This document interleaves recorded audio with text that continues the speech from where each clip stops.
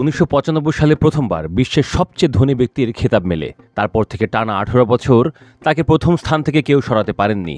মাত্র 13 বছর বয়স থেকে প্রোগ্রামিংয়ের পথে যাত্রা শুরু করেন একসময় সর্বোচ্চ ধনী ব্যক্তি। কিন্তু বর্তমানে নিজের সম্পত্তি সর্বস্ব বিলিয়ে দেওয়ার সিদ্ধান্তে তিনি অনড়। কথা হচ্ছে মাইক্রোসফট সংস্থার অন্যতম কর্ণধার বিল গেটসকে নিয়ে।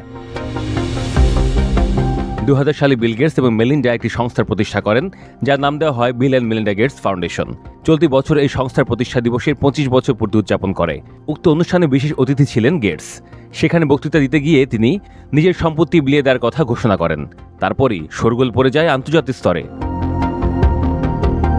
একটি প্রেস বিবৃতি দিয়ে গেটস জানান, নিজের $20,000 কোটি সম্পত্তির মাত্র 1% বরাদ্দ রয়েছে সন্তানদের জন্য। বাকি টাকা দান তহবিলে খরচ করা হবে। তিনি বলেন, আমি সম্প্রতির প্রতিশ্রুতি দিয়েছি যে আগামী 20 বছরের মধ্যে আমার সম্পদ দান করে দেব। সেই তহবিলের বেশিরভাগই আফ্রিকার মানুষের জন্য ব্যয় করা হবে।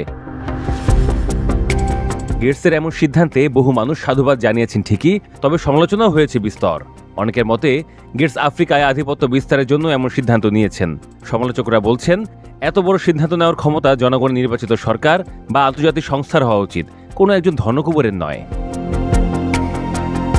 যদিও গেটসের দাবি অন্য, কেন তিনি এই সম্পত্তি বিলিয়ে দিতে চান তা স্পষ্ট করতে সম্প্রতি একটি চিঠিও লিখেছিলেন।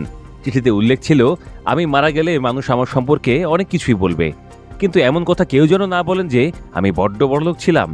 সম্পদ দখল করে রাখার বদলে জরুরি সমস্যাগুলি সমাধান করাই আমার লক্ষ্য।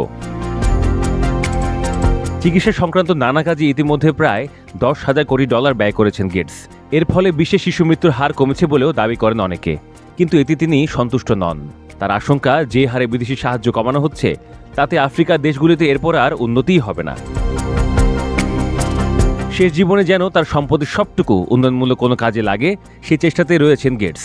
প্রতিষ্ঠা দিবস অনুষ্ঠানে তিনি বলেন, ইস, আমার যদি আরও সময় থাকতো, কিন্তু আমায় মানতে হবে এটাই জীবনের শেষ অধ্যায়, আর আমি এই সম্পদের একজন অভিভাবক। আমাকে নিশ্চিত করতে হবে যেন এই অর্থ সঠিকভাবে ব্যয় হয়।